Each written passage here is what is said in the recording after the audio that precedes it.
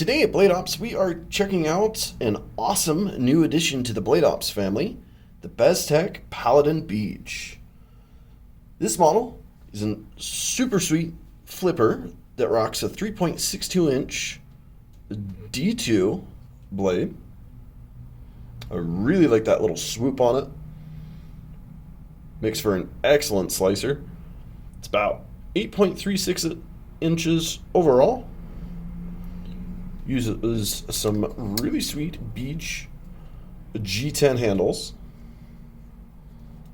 Nice and smooth.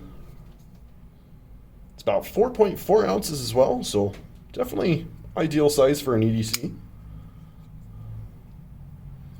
Love the big finger groove in there with a little bit of jimping on that liner lock, so it's easier to get to.